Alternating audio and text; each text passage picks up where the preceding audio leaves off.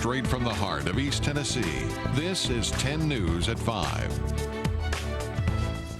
The top internet search engine in the world is making some controversial changes. Today, we're taking a closer look at Google's new privacy policy.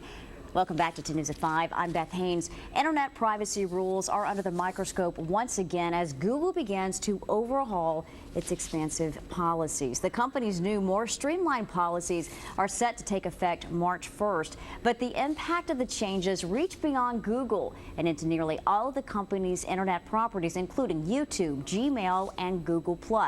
Previously, each division of the company had its own privacy policy. Those will now be consolidated into one policy. So what does that mean?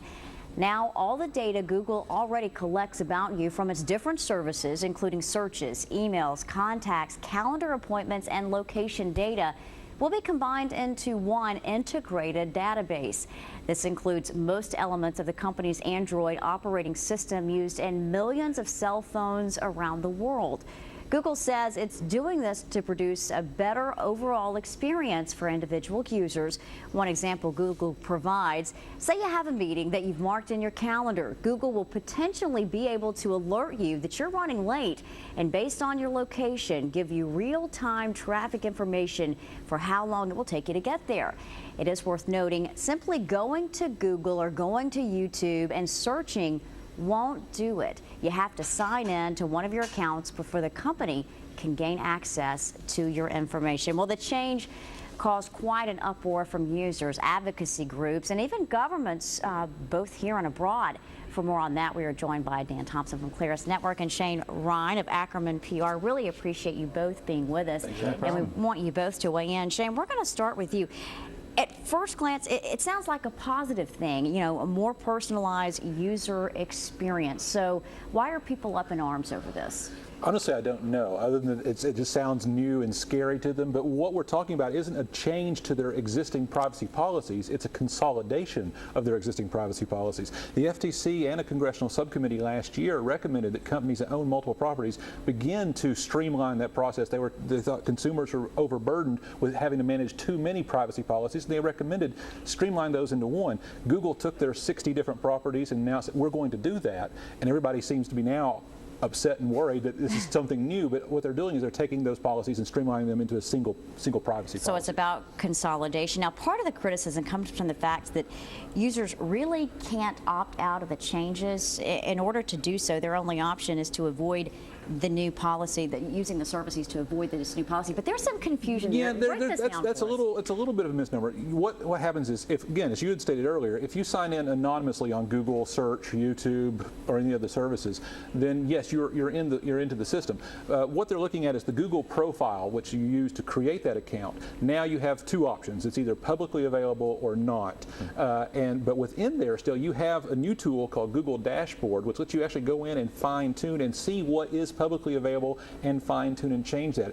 In reality, what Google has done is not very different than what Facebook already does. Your privacy and that you can go in and change your settings. You can even see what Google thinks they know about you. For instance, I went on the other day and was able to look in the ad dashboard, and they thought I was a 23-year-old man. That's not true. Yeah, we know that's not the case. 20 years ago, that was great. But yeah, so that would be the thing. So the changes are happening that way. Okay, Dan, some of the critics say this all boils down to advertising dollars. Is there truth in that? If not, what's behind this? Yeah, I absolutely believe that it is. I mean, if we boil Google down to what they are, they're a search company. So they get paid by selling advertising, and as specific as they can get with that advertising, the better. So, you know, as an example, if you're a Gmail user, and for instance, you talk about snowboarding, you'll notice that you'll have snowboard ads. Personally, I like that better. Because now I'm not getting ads with at least things that is totally irrelevant to me. But you know, there's the flip side of that is, well, if they see that I'm a snowboarder, what else are they seeing about me? Well, and how can they use that information in the future? Exactly. And that's kind of the big question. You know, so just as an example, so my wife is a breast cancer survivor. So what if we had been exchanging emails about her medical condition? Well, now that medical information is in our email. How is Gmail going to use that, and could they use it? And you know, now we're talking about health stuff, so now it's illegal for them to do it, but do their robots in the service know that that information is illegal and they shouldn't shouldn't touch it. So it's all, there's so many different facets to this. Like Shane was saying, I was agreeing with him off the air, is that, this uproar about it is kind of annoying to me because it's how it's always been. But on the flip side of that is there are some legitimate concerns here. Yeah, and we only have about a minute left. So let's talk about, this controversy. Will it slow down this new privacy policy, or will Google move ahead? I think they'll be able to go ahead. Once they address the concerns of the FTC, I think they'll be able to move ahead. This is actually, I think, setting up a template for how other services will have to follow in the future. The Google takeout policy, for instance, data liberation, they call it, where you can actually download and remove from their servers your personal information.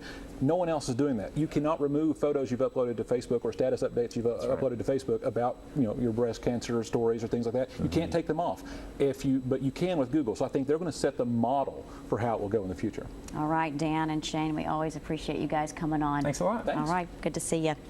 Well, President Obama, Shrek, and SpongeBob SquarePants have something in common you might not expect.